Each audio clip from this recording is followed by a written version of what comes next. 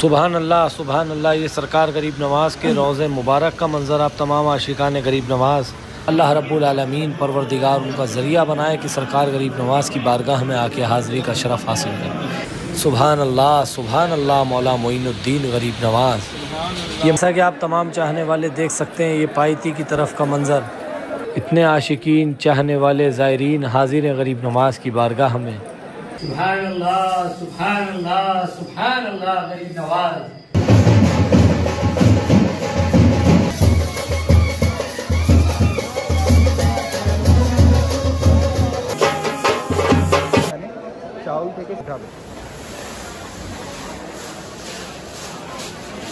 আসসালামু আলাইকুম সুপ্রিয় দর্শকবৃন্দ, আজ আমি আপনাদের দেখাবো ভারত উপমহাদেশের সর্বশ্রেষ্ঠ বিখ্যাত সুফি সাধক হজরত খাজা গরিবে নওয়াজ খাজা বাবা মঈনুদ্দিন চিশতি রহমাতুল্লাহ আলাইহি সাল্লামের দরগা শরীফ, যিনি 1192 খ্রিস্টাব্দে সুদূর ইয়েমেন দেশ থেকে ভারত উপমহাদেশের এই আজমির শরীফ এসেছিলেন এখানকার বিভিন্ন জায়গায় ইসলাম ধর্ম প্রচার করার জন্য, এবং 1236 খ্রিস্টাব্দে তিনি এই আজমির শরীফেই মৃত্যুবরণ করেন।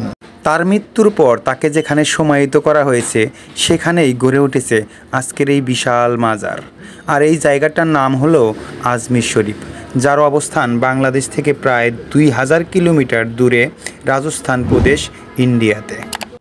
প্রতিদিন 2 থেকে 3 লক্ষ মানুষ দেশ এবং বিদেশ থেকে এই মাজারটা দেখার জন্য আসে বা এই মাজারটা জিয়ারত করার জন্য আসে। তাই আজ আমি আপনাদের দেখাবো লক্ষ লক্ষ মানুষের ভিড়ে এই মাজারটা দেখতে কেমন লাগে, মাজারের ভিতর এবং বাহিরের পরিবেশটা কেমন, হজরত খাজা মঈনুদ্দিন চিশতি রহমাতুল্লাহ আলাইহি সাল্লামের ইতিহাস সম্পর্কে জানাবো কিছু তথ্য। তাই ভিডিওটি না টেনে পুরো ভিডিওটি আপনারা দেখতে থাকুন। আর আমার এই ভিডিওটি যদি আপনাদের ভালো লেগে থাকে অবশ্যই আমার চ্যানেলটিকে লাইক, কমেন্ট, শেয়ার এবং সাবস্ক্রাইব করে রাখুন, যাতে করে এরকম তথ্যবহুল ভিডিও আপনারা আরও পেতে পারেন। শুরুতেই মাজারের মূল ফটক দিয়ে আপনারা যখন ভিতরে প্রবেশ করবেন প্রথমেই দেখতে পাবেন হাতের দুপাশে 2টি বিশাল বড় বড় ডেক। একটিতে এখানে আগত মুসল্লিরা লক্ষ লক্ষ টাকা দান করতেছে, আর অপর প্রান্তে যে ডেকটি আছে সেখানে রান্নাবাড়ি চলতেছে এখানে আগত মুসল্লিদের জন্য। আপনারা যদি চান এখানে খেয়ে দিয়ে যেতে পারেন, কারণ এটা এমন একটা ডেক সেখানে একসাথে 180 মণ চাউল রান্না করা যায়। সম্রাট আকবর এই মাজারে এসে এই ডেক 2টি বানিয়ে দিয়ে গেছিলেন, যার একটিতে একসাথে 180 মণ চাউল রান্না করা যায়। একসাথে প্রায় 2 লক্ষ থেকে 2.5 লক্ষ মানুষ এই পাতিলের রান্না খেতে পারেন। এখানে দেখতে পাচ্ছেন পাতিলে পানি দিচ্ছে, নিচে তো আগুন ধরে দিছে অনেক আগেই, সাথে দিচ্ছে এটা হলো গোলাপ জল। পানিটা একদম হলুদ হয়ে গেছে, রান্না হওয়ার জন্য উপযুক্ত।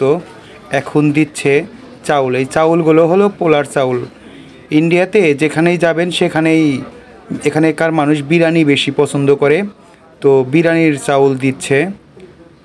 রান্নাবাড়ি চলছে পুরো দমে, যত মানুষই খাক এখানে খানা কখনো নাজায় পড়বে না, কারণ এটা হলো বড় ডেক। আশেপাশে অনেক ছোট ডেকেও রান্না হয় ছোট ছোট পাতিলে। আপনি যদি চান আপনি নিজেও কিছু খানা পাক করে এখানকার মানুষকে খাওয়াবেন, তাও খাওয়াইতে পারেন, কারণ ছোট ছোট অসংখ্য পাতিল আছে।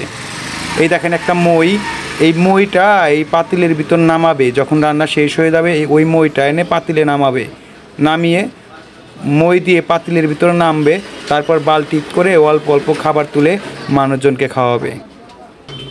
দেখতে পাচ্ছেন প্রচণ্ড ধোঁয়া হচ্ছে, কারণ রান্নাবাড়ি চলছে পুরো দমে। ওখানে এখন রান্না চলছে তো পুরো দমে, সবাইকে ওখানে উপস্থিত থাকতে দেয় না।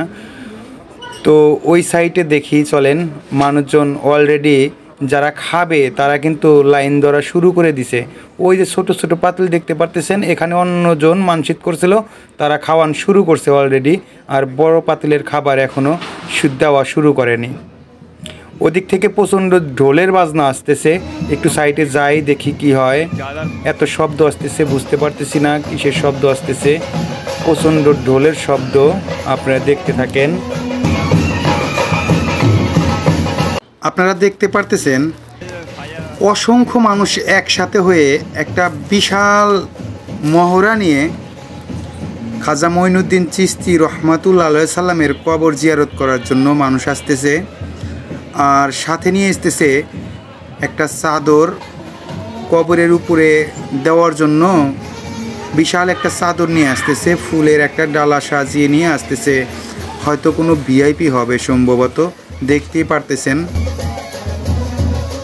ফুলের একটা ডালা এবং মশারির মতো একটা বিশাল বড় মাপের একটা চাদরের মশারি বানা নিয়ে আসতেছে। এটাকে কি যেন বলে আমার জানা নাই বা আমি খেয়াল করতে পারতেছি না।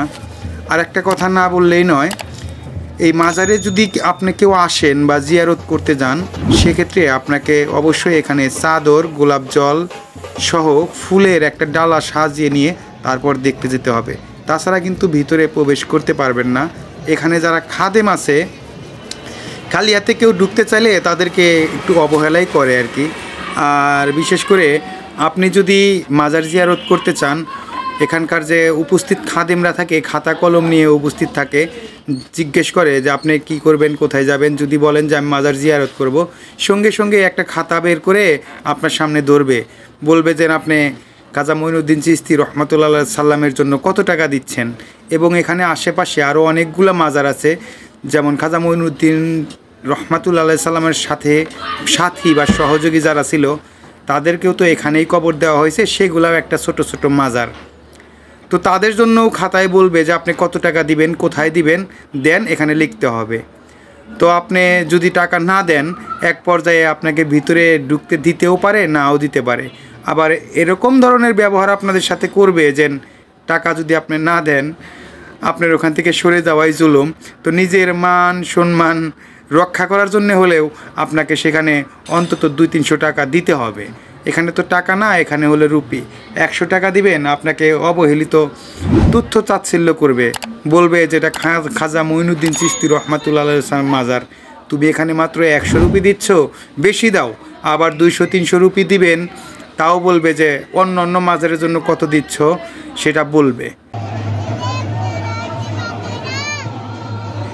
দেখতে পারতেছেন মানুষের এ পরিমাণ ভিড় যে ওই ফুলের ডালা আর ওই চাদরটা নিয়ে সামনের দিকে এগুতে পারছে না।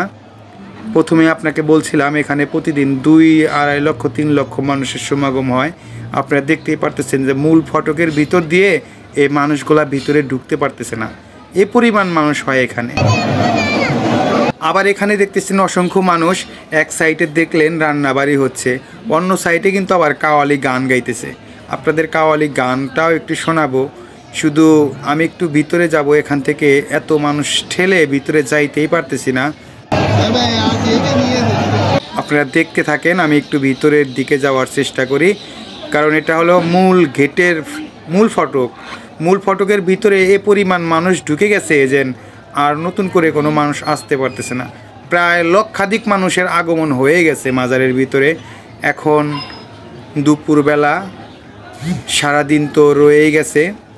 যত রাত হবে, মানে সকাল থেকে রাত্রি পর্যন্ত সবসময় একই রকমের মানুষের আগমন ঘটে। বিশেষ করে সন্ধ্যার পরে মানুষের আগমনটা আরও বেশি ঘটে। এখন দেখতে পারতেছেন কী পরিমাণ মানুষ।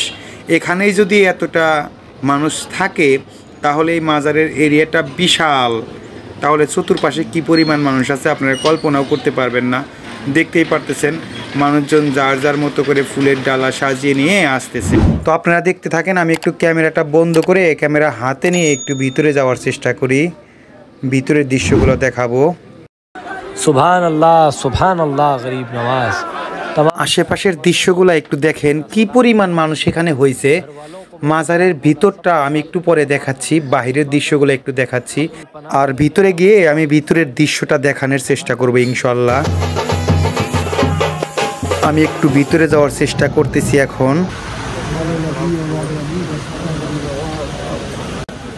सुबहानल्लाह, ये सरकार गरीब नवाज के रोज़े मुबारक का मंज़र आप तमाम आशिकान गरीब नवाज, तमाम खुद्दाम हज़रात इस रस्म को अंजाम देते हैं। सुबहानल्लाह गरीब नवाज। সুপ্রিয় দর্শকবৃন্দ, এটাই হচ্ছে খাজা গরিবে নেওয়াজ হযরত খাজা মঈনুদ্দিন চিশতি রহমাতুল্লাহ আলাইহি সাল্লামের মাজার। তো আমি যখন এখানে সকালে এসেছিলাম তখনকার পরিস্থিতিটা ছিল এরকম। তখন একটু ভিডিও করেছিলাম, একজন এসে বলল ভিতরে ভিডিও করা যাবে না, তখন আমি চলে গিয়েছিলাম।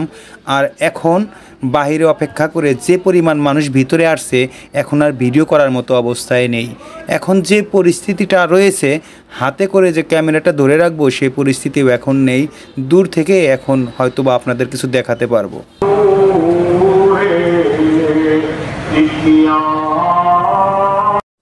হজরত খাজা গরিবে নেওয়াজ যখন জীবিত ছিলেন তখন এখান থেকেই তিনি সমগ্র ভারতবর্ষে ইসলাম প্রচার করেছিলেন। তিনি যখন মারা যান তাকে এখানেই দাফন করা হয়, সেখান থেকেই এই মাজারটা তৈরি হয়েছে। এটাই আজমির শরীফ, এটাই খাজা মঈনুদ্দিন চিশতি রহমাতুল্লাহ আলাইহি সাল্লামের দরগাহ। পৃথিবীর বিভিন্ন জায়গায় থেকে প্রতিদিন লক্ষ লক্ষ মানুষ এই মাজারটা দেখার জন্য বা জিয়ারত করার জন্য আসে। এই মাজারের ভিতরের দৃশ্যটা তো আপনারা দেখতে পাচ্ছেন, কিন্তু বর্তমানে বাহিরে যে কী পরিমাণ মানুষ অপেক্ষা করতেছে সেটা আপনারা কল্পনাও করতে পারবেন না।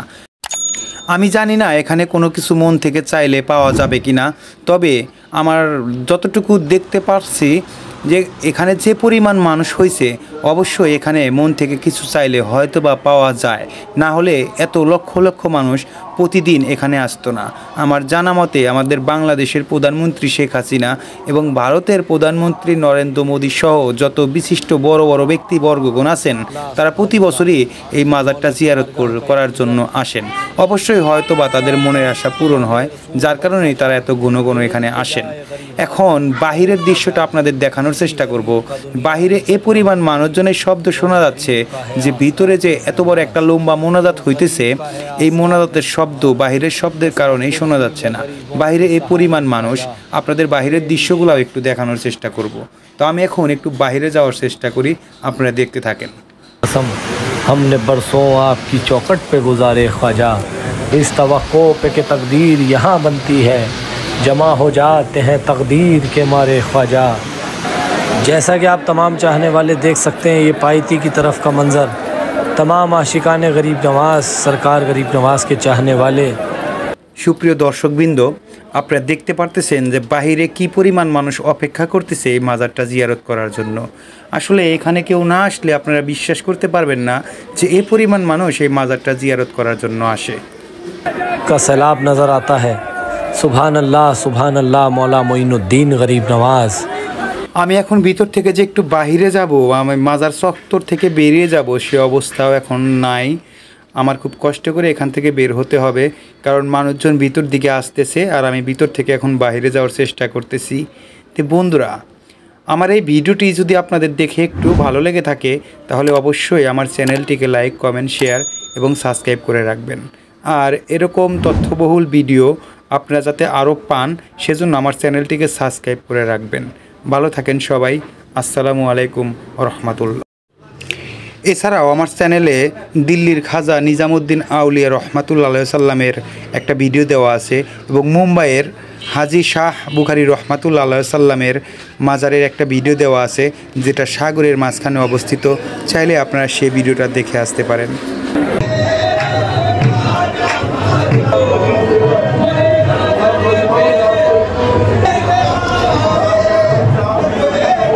दिलों के हाल बेहतर जानते हैं मौला, आप नाज उठाने वाले हैं, हुजूर आप लाज रखने वाले हैं।